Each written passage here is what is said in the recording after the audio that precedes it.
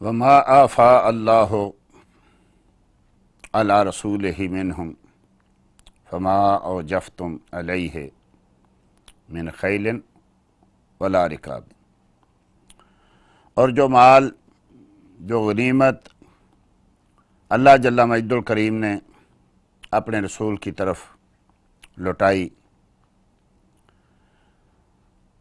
مال فے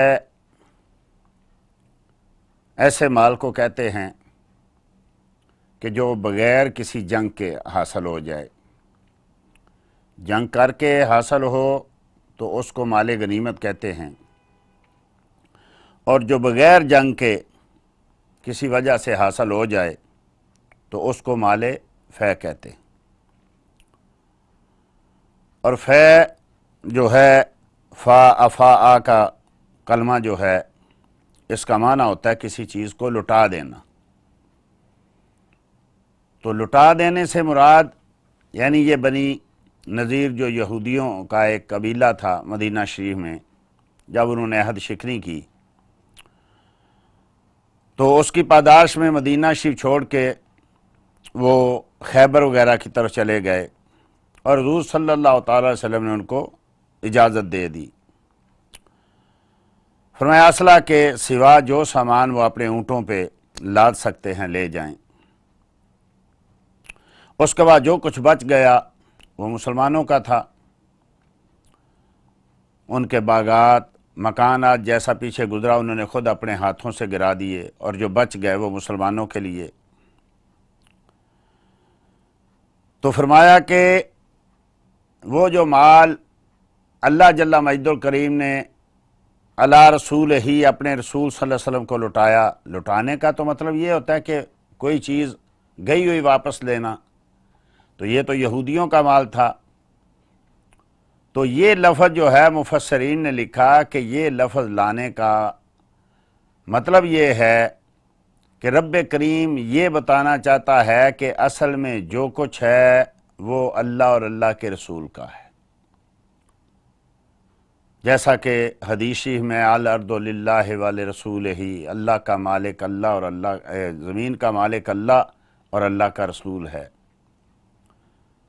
تو مفسرین نے لکھا کہ کائنات کا مالک اللہ نے اپنے محبوب کریم صلی اللہ تعالی وسلم کو بنایا۔ اب جہاں جہاں کفار کا قبضہ ہے تو وہ ناجائز قبضہ ہے، وہ قابض ہیں، حقیقت میں یہ مال اللہ اور اللہ کے رسول کا ہے۔ تو فرمایا کہ یہ ایسے مال ملا فما اوجفتم علیہ من خیل ولا رکاب، کہ تم نے نہ تو گھوڑے دوڑائے اور نہ اونٹ، یعنی میدان جنگ میں گھوڑے بھی کام آتے ہیں، اونٹوں پہ سوار ہو کے جایا جاتا۔ یہ تو مدینہ سے 2 میل کے فاصلے پہ بستی تھی، سوائے نبی کریم صلی اللہ علیہ وسلم کہ کوئی بھی وہاں سوار نہیں تھا، پیدل ہی گئے تھے۔ تو فرمایا تمہارا اس میں نہ تو کوئی جنگ ہوئی، نہ کوئی تمہارے وہاں تمہیں کوئی محنت کرنی پڑی، نہ تم سوار ہوئے، نہ اونٹ اور نہ گھوڑے۔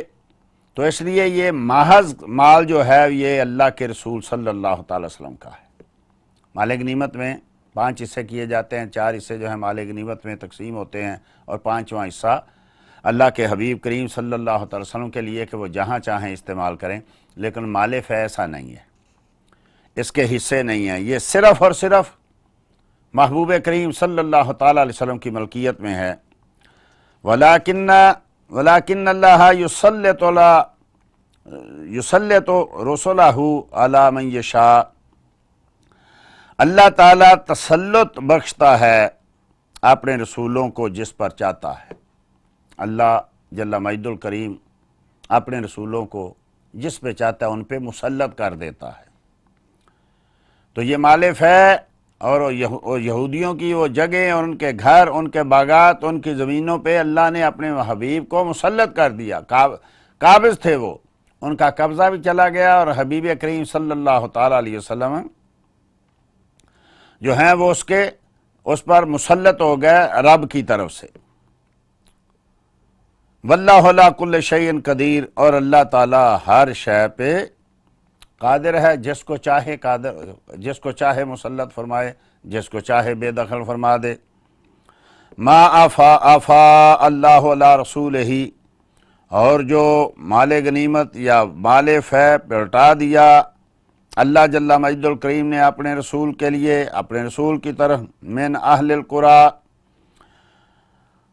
ان بستیوں کا، گاؤں کے رہنے والوں کا۔ بعض نے کہا کہ پچھلی آیت اور یہ آیت ایک ہی حکم ہے، اور بعض نے کہا کہ نہیں، وہ مال فے جو بنی نذیر کا تھا اس کا الگ حکم، اور یہ مال غنیمت جو مختلف شہروں میں جنگ کر کے حاصل کیا جاتا ہے۔ فَلِلَّهِ، یہ اللہ کے لیے ہے، وَلِرَسُولِهِ، اور رسول کائنات صلی اللہ تعالیٰ علیہ وسلم کے لیے ہے، اور انہوں نے اپنے حبیب کریم صلی اللہ علیہ وسلم نے ان کو خرچ کہاں کرنا ہے، وَلِذِي الْقُرْبَى، اور رشتہ دار جو قریبی ہیں ان کے لیے، وَالْيَتَامَى، اور یتیموں کے لیے، وَالْمَسَاكِينِ، اور مساکین کے لیے، وَابْنِ السَّبِيلِ، اور مسافروں کے لیے۔ تو یہ رسول کریم صلی اللہ تعالیٰ علیہ وسلم جہاں جہاں چاہیں خرچ کریں، لیکن اللہ جل مجدہ کے اس میں سے بعض جن کا حق ہے اس کو اللہ نے بیان فرما دیا۔